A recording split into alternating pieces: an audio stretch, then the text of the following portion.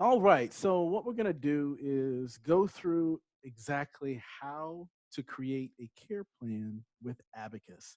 Now, at this particular point, you should have already gone through one time setups with your CPT codes, one time setup with your financial profiles, and all of your care templates should be entered. Care plans is where you're going to spend the majority of your time because this is the day to day area that you're going to go to physically create care plans. So, we have that selected. What you'll notice is there is a plus sign in the bottom right hand corner. So I want you to go ahead and click on that plus sign. What'll populate is the information that you need to put in for the creation of it. The first thing that we'll start with is the start date. Now, this needs to be the day that you're going to present the care plan to the patient or practice member. So if it is today, you put today's date. If it's next week, you put next week's date. I'm just going to put in an arbitrary number. So we're going to present this on July 4th, 2019. What you'll notice is below there are two defaulted options, and that is to include a monthly option and to include a pay in full option on the actual care plan. Now, if you're gonna, you have the option to add a third one, and that is the down payment option. So if you select it, it's going to ask you for the amount that you want to put as a down payment, and then the remainder of it will be divided up into monthly payments. Now, if we go up, we're not going to select that one. Most people include a discount if someone chooses to pay in full. Now, you have to make sure when you start discounting that you follow local, state, and federal guidelines and you do it compliantly and legally. But what we're going to do is go ahead and put in a 10% here. That means that for the pay in full option, it's going to give them a 10% discount to do it that way. Next, it's going to shift down to policies. So policies is an AKA for insurance. So, for example, if you're making a care plan for an entire family, let's say mom comes in with one insurance, dad comes in with another insurance, and the kids are on grandma's insurance. So that's three different insurances that would equate to three separate policies. If it is one person that comes in and they have a primary insurance and they have what they call a true secondary insurance, then that would be two insurances or two policies. If someone comes in with Medicare and they have a supplement with the Medicare, that's only one policy because in the Medicare policy, you get to put in the supplemental information. So let's go ahead and create a policy. We're going to assume that this person, for example, is Medicare. So the first thing that pops up is you need to choose a financial profile. So of course, this person is Medicare, so we're going to choose that. The provider name is the name of the actual insurance carrier. So let's just say this is a federal plan. So it's the red, white, and blue card. So we're going to put federal Medicare here. Group ID. This is not required, but we're going to ask you all to put in group IDs when you have group IDs. This is going to help us with information and new features later. So be sure if you see or have a group ID that you put that in here. The effective date, now we just get into actually typing in what the verified benefits are for that policy. So when you verify insurance, of course, you ask for the effective date. So we're going to arbitrarily pick an effective date.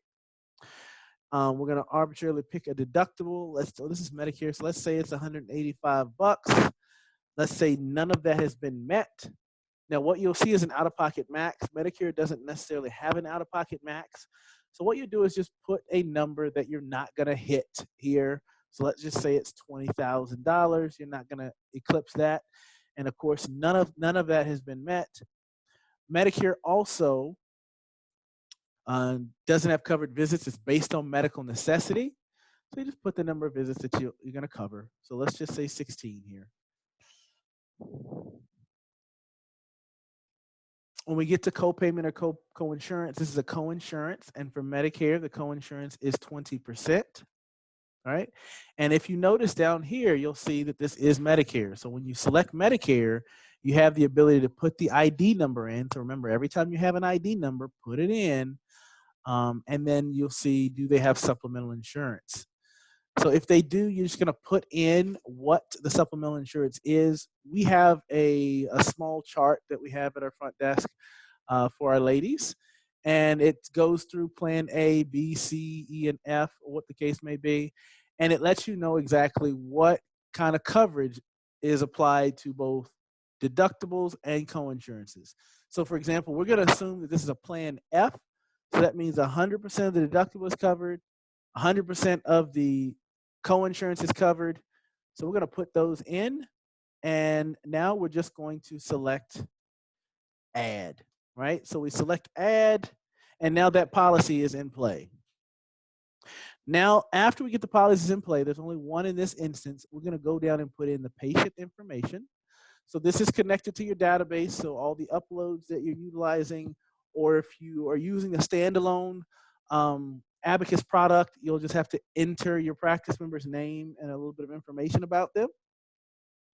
So we're going to say the test, there we go. So we're going to make a care plan for Drew Clark 3124.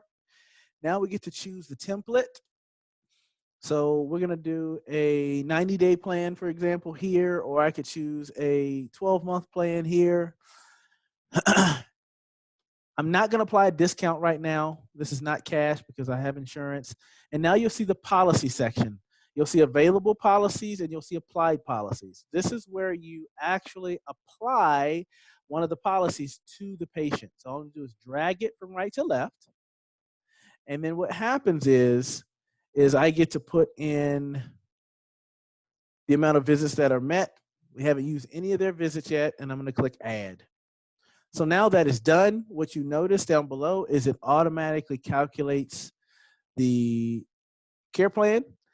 Down here, you'll see patient dollar visit average. This is the amount of money on average that you're collecting from the person, the patient themselves. The case DVA is the average amount that you're collecting from the person plus what you're expected to collect from the insurance or supplemental, that kind of thing. Now, there's two buttons at the bottom. If you're done, you can hit save. That'll save your care plan. And then if you hit print, it will populate your PDF output. This is what you'll be able to provide to the patient. You'll notice that your name is up here. If there's no logo, if the logo is present, that logo will show up. And then here, it gives all the details associated with the plan, including the financial, your financial policy for your office, okay?